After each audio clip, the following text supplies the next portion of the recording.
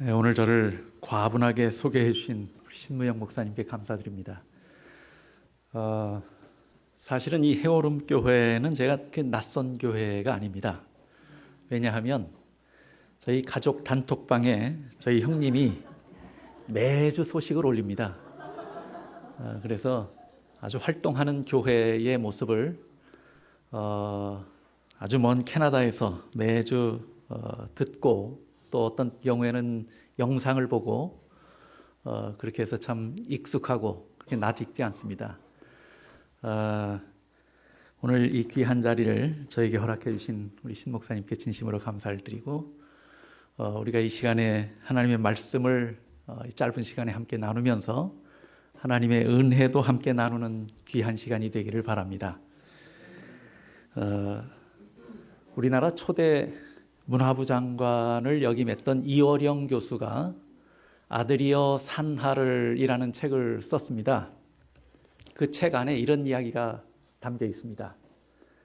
시골의 한 할아버지가, 수염이 이렇게 길게 자란 할아버지가 거리를, 그 시골길을 다닐 때마다 동네의 조그마한 소년, 꼬마아이가 궁금했습니다. 저 할아버지는 과연 저 긴 수염을 잘 때 이불 속에 넣고 잘까? 아니면 이불 밖에 내놓고 잘까? 그래서 할아버지에게 가까이 가서 물었어요. 할아버지는 주무실 때 수염을 이불 밖에 내놓고 주무십니까? 이불 속에 넣고 주무십니까? 이 할아버지는 갑자기 질문을 받고 내가 이불 속에 넣고 자는지 밖에 내놓고 자는지 알 수가 없는 거예요. 그래서 곰곰이 생각하다가 이렇게 대답합니다. 내가 오늘 밤 자보고 대답해 주마. 그런데 이 할아버지가 그날 밤에 자기 위해서 누웠는데 이 수염을 이불 속에 넣고 잠을 청하려니 답답해서 견딜 수가 없고, 또 그렇다고 해서 수염을 꺼내놓고 자려고 하니까 뭔가 허전해요. 그래서 이불 속에 수염을 넣었다 뺐다 넣었다 뺐다 하다가 밤을 꼬박 새웠습니다. 답을 알아낸 것입니까? 모르는 것입니까? 여전히 모르지요. 그 다음날 이 소년을 만났어요. 소년이 궁금해서 다시 묻습니다. 근데 이 할아버지가 뭐라고 대답을 했냐면 내가 아직 답을 찾지 못했다 하고 대답을 했습니다. 우리가 쉽게 간과하던 일도요, 곰곰이 생각해 보면 이것이 이렇게 하는 것이 맞는지 저렇게 하는 것이 맞는지 애매할 때가 종종 있습니다. 우리의 신앙을 돌이켜봐도 그렇습니다. 우리가 다 스스로에게 한번 질문을 해볼 수 있어요. 내가 지금 신앙이 좋은가? 아니면 그렇게 썩 좋지 못한가? 뭐라고 대답하실 수 있겠습니까? 이것도 아니고 저것도 아니다 이렇게 대답하실 분들도 계실 것입니다. 물론 내 신앙이 참 뜨겁고 좋습니다 이렇게 대답하실 분들도 계실 거예요. 그러면 예수님이 지금 내 안에 계시는가? 아니면 문 밖에 계셔서 문을 두드리고 계시는가? 뭐라고 대답하실 수 있겠습니까? 내가 예수님 안에 있는가? 아니면 예수님과 멀리 있는가? 때로 이런 문제를 곰곰이 아무 생각 없이 신앙하다가도 곰곰이 생각해 보면 내가 이것인가 저것인가 애매할 때가 종종 있는 것입니다. 다시 질문을 한번 드려보죠. 여러분에게 성령의 인도하심이 있습니까? 없습니까? 성령께서 우리를 지금 나를 인도하고 계시는가? 아니면 내가 성령의 음성을 자주 거절하고 살고 있는가 하는 모습들을 스스로에게 질문하며 생각해 볼 수 있을 것입니다. 요한복음 14장 16절 17절에 이런 말씀이 있어요. 요한복음 14장 16절 17절입니다. 내가 아버지께 구하겠으니 그가 또 다른 보혜사를 너희에게 주사 영원토록 너희와 함께 있게 하리니 그는 진리의 영이라. 세상은 능히 그를 받지 못하나니 이는 그를 보지도 못하고 알지도 못함이라. 그러나 너희는 그를 아나니 그는 너희와 함께 거하시며 또 너희 속에 계시겠습니다. 이것은 대단히 놀라운 약속입니다. 그리고 확실하고 선명한 약속입니다. 예수님께서 승천하시기 전에 제자들에게 하신 이 약속은 제자들뿐만 아니라 오늘 우리들에게도 주신 약속입니다. 예수님이 승천하신 이후에 우리에게 성령을 보내주시겠다고 약속하셨고 우리 속에 성령께서 거하실 것이라고 분명하게 약속하셨습니다. 그런데 이런 약속은 사실이고 이 약속은 분명한데 우리는 이상한 현실 속에 살아갑니다. 여러분은 실제로 성령의 인도하심을 경험하고 사느냐 하는 것입니다. 성령께서 여러분의 마음에 역사하시고 여러분의 길을 인도하고 계시는가 하는 것입니다. 약속은 분명한데 현실은 그렇지 못한 경우를 종종 보는 것이에요. 이렇게 이것도 아니고 저것도 아닌 형편으로 우리가 신앙을 계속 하다 보면 예수님께서 이 땅에 오실 때 이쪽엔 양이 서고 저쪽엔 염소가 서라 하면 만약에 예수님께서 가르지 않으시고 너희가 스스로 가서 판단해서 가서 한번 서봐라 이렇게 말씀하신다면 오늘 우리가 이쪽으로 가야 할지 저쪽으로 가야 할지 애매한 경험을 가지게 될 수도 있는 것입니다. 오늘 내가 지금 성령의 인도하심을 받고 있는가 그렇지 못한가 하는 것은 우리가 스스로에게 질문하고 계속 질문하고 진지하게 생각하며 살아가야 하는 문제인 것입니다. 저는 이 말씀을 읽으면서 그러면 우리가 어떻게 성령의 인도를 받을 수 있을까 하는 것을 성경을 통해서 그 말씀을 좀 나누려고 하는 것입니다. 첫째는 성령의 인도하심을 받고 살기 위해서는 우리가 하나님의 말씀을 늘 가까이 해야 합니다. 성경은 성령의 감동하심으로 기록된 글입니다. 여러분이 성령의 음성을 듣기 원하신다면 성경을 펴는 것 외에는 크게 별 다른 방법이 없습니다. 성령의 음성을 듣고 성령의 인도를 받기를 원하신다면 하나님의 말씀을 가까이 하십시오. 그것이 우리가 성령의 인도를 받는 가장 중요하고 첫 번째 방법인 것입니다. 믿음도 무엇을 통해서 생긴다고 그랬어요? 들음을 통해서 생겨난다고 말씀합니다. 하나님의 말씀이 우리의 길을 인도하고 진리가 인도할 때 성령께서 우리 속에서 역사하는 것입니다. 그 다음에 둘째는 성령의 인도를 받으려면 예수님의 생애를 여러분이 깊이 묵상하시기를 바랍니다. 시대의 소망 83쪽에서도 뭐라고 말씀하냐면 예수님의 생애를 조목조목 나누어서 깊이 묵상하라고 말씀했어요. 특별히 예수님의 생애 가운데서도 예수님의 생애의 마지막 장면들을 머릿속에 확실하게 그려놓을 수 있을 만큼 깊이 묵상하라고 말씀합니다. 히브리서 3장 1절도 이렇게 사도 바울이 권면하죠. 하늘의 부르심을 입은 형제들아, 우리의 믿음의 도리며 사도시며 믿음의 도리의 사도시며 제사장이신 예수를 뭐 하라고요? 깊이 생각하라고 말합니다. 요한복음에 보면 예수님께서 내가 하늘에 가면 성령을 보내주실 것인데 그 성령은 진리의 영이라고 그랬어요.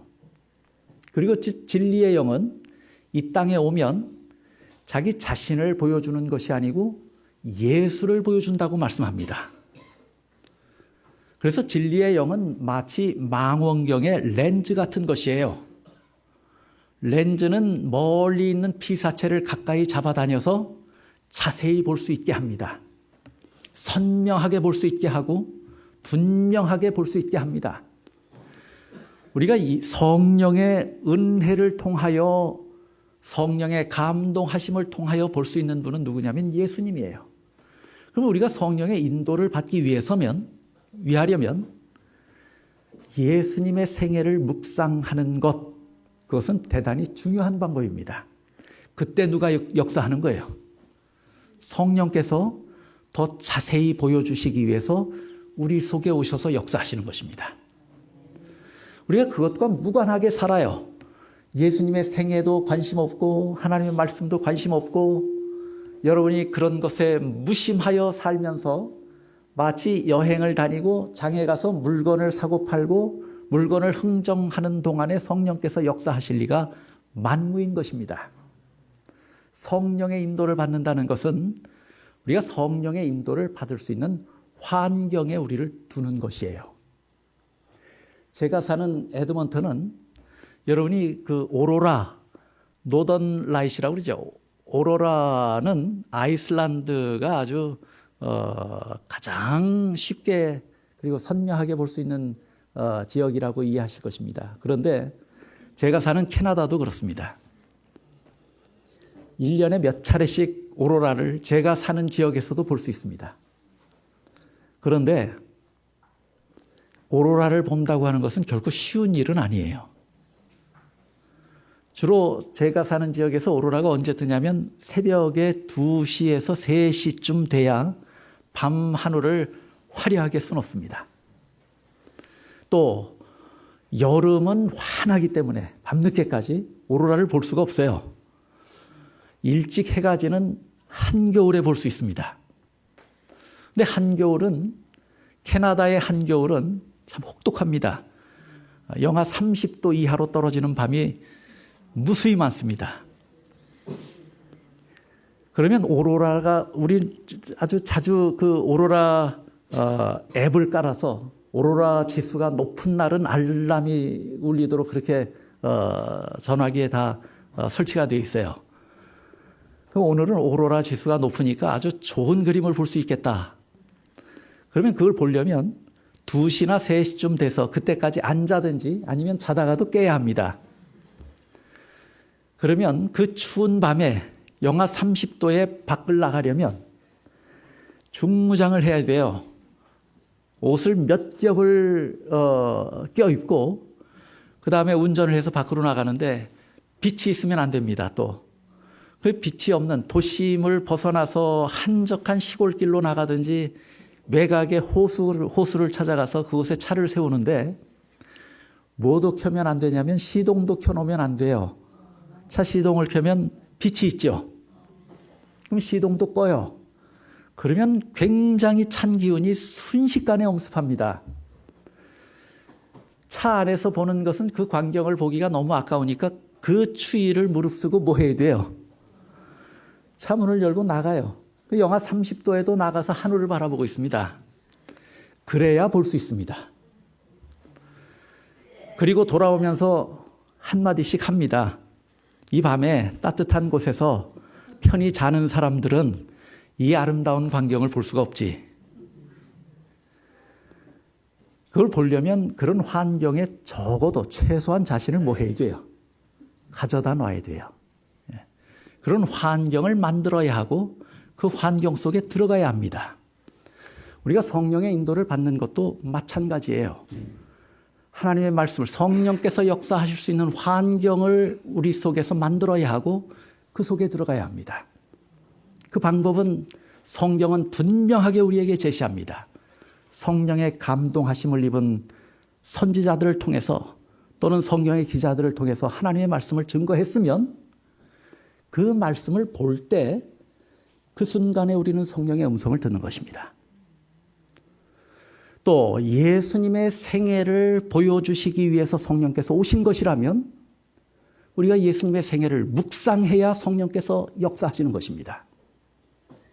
또 요한복음에 계속해서 무엇이라고 말하냐면 너가 내 안에, 성령이 오시면 너가 내 안에, 내가 너 안에 거하는 역사가 일어날 것인데 이런 역사가 일어나는 것을 무엇으로 설명하냐면 하나님의 말씀에 순종하는 것으로 설명합니다. 그러면 우리는 말씀을 듣기는 듣는데 하나님의 말씀을 순종하는 것에 관심이 없다면 성령께서 더 이상 우리 속에서 역사하실 수 없고 우리를 인도하실 수 없는 것이에요. 간혹 성령께서 우리를 보시고 탄식하며 떠나는 경험들을 가지게 할 수 있는 것이에요. 뭐 할 때 그래요? 우리가 말씀을 듣기는 듣고 보기는 보지만 그 말씀이 우리 속에서 역사하는 힘이 없어요. 하나님의 말씀과 무관하게 살아요. 순종하지 않아요. 그러면 성령께서 어떻게 역사하시나요? 우리를 어떻게 인도하시나요? 성령께서 역사하시는, 우리를 인도하시는 방법은 단순하면서도 명확합니다. 성경은 분명하게 제시합니다. 그 다음에 성령께서 역사하실 수 있는 방법이 있어요. 우리 속에서 우리를 어떻게 인도하시는가? 처음에 성령께서 오순절에 이 땅에 약속대로 오셨을 때 필요에 의해서 오신 것입니다. 그렇습니까? 안 그렇습니까? 필요에 의해서 오신 것이에요. 무슨 필요에 의해서 오신 것입니까?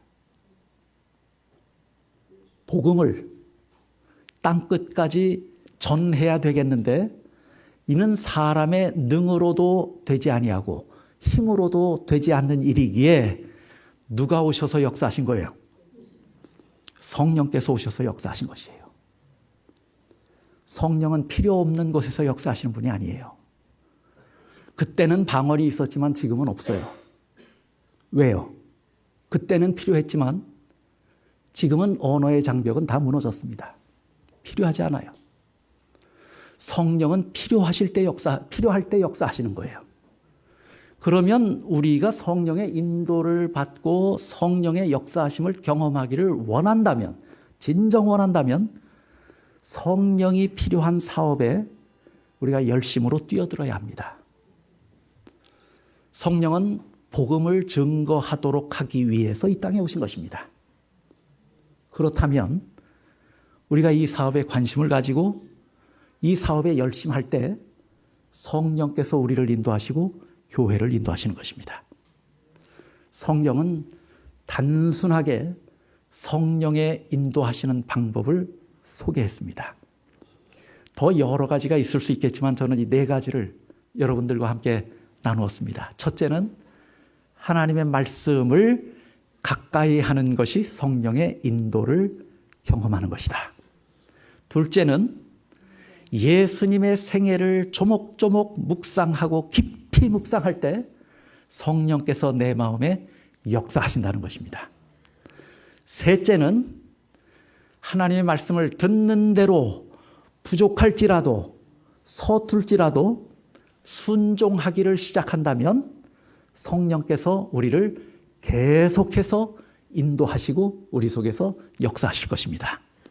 성령께서 일하시는 꼭 필요한 상황, 우리가 복음을 들고 예수를 만난 기쁨을 나누려고 할 때 성령께서는 그 속에서 반드시 역사하시는 것입니다. 이런 경험이 우리 속에서 계속 축적되면 이 삶이, 이 생애가 성령께서 인도하시는 생애가 되는 것이에요. 단 한 번으로는 그것이 완성되지 아니하고 이루어지지 않을 것이에요.